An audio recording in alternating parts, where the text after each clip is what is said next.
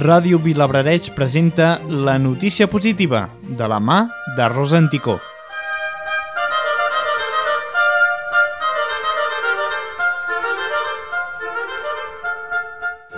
Intervenció intrauterina pionera al món.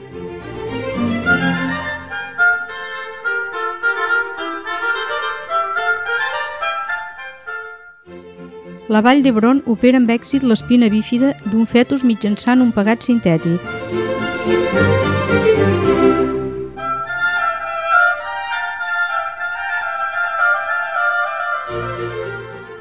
L'Hospital de la Vall d'Hebron de Barcelona ha operat amb èxit l'espina bífida d'un fetus durant la setmana 24 de gestació, mitjançant una operació intrauterina que consisteix el primer cas del món en què la reparació d'aquesta malformació congènita del sistema neuronal central es tracta d'un pegat sintètic reabsorbit per la pell del mateix bebè.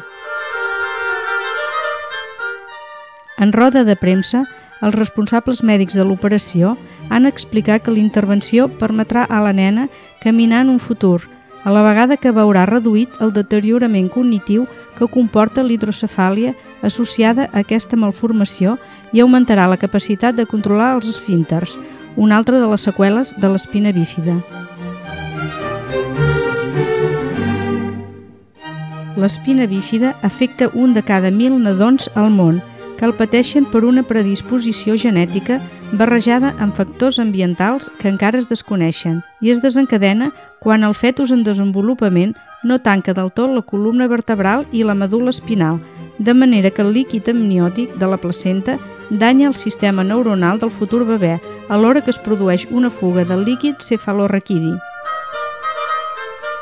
La innovadora tècnica consisteix en la fixació d'un pegat compost de col·làgen i elastina a la part exposada de la columna del fetus, que es fixa amb un adhesiu, cosa que permet que el fetus prossegueixi la seva gestació sense tenir el sistema neuronal central exposat a patir un deteriorament més gran.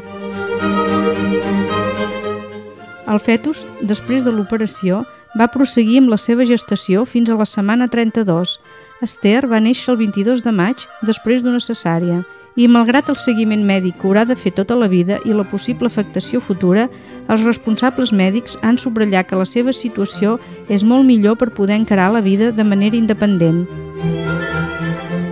Fins ara, s'havien fet al món diverses operacions intrauterines de reparació d'espina bífida. La primera a Espanya es va portar a terme a Sevilla fa 4 anys, si bé mitjançant un procés més invasiu que, tot i suposar la millora del nadó, comporten més risc que el pegat utilitzat a la Vall d'Hebron.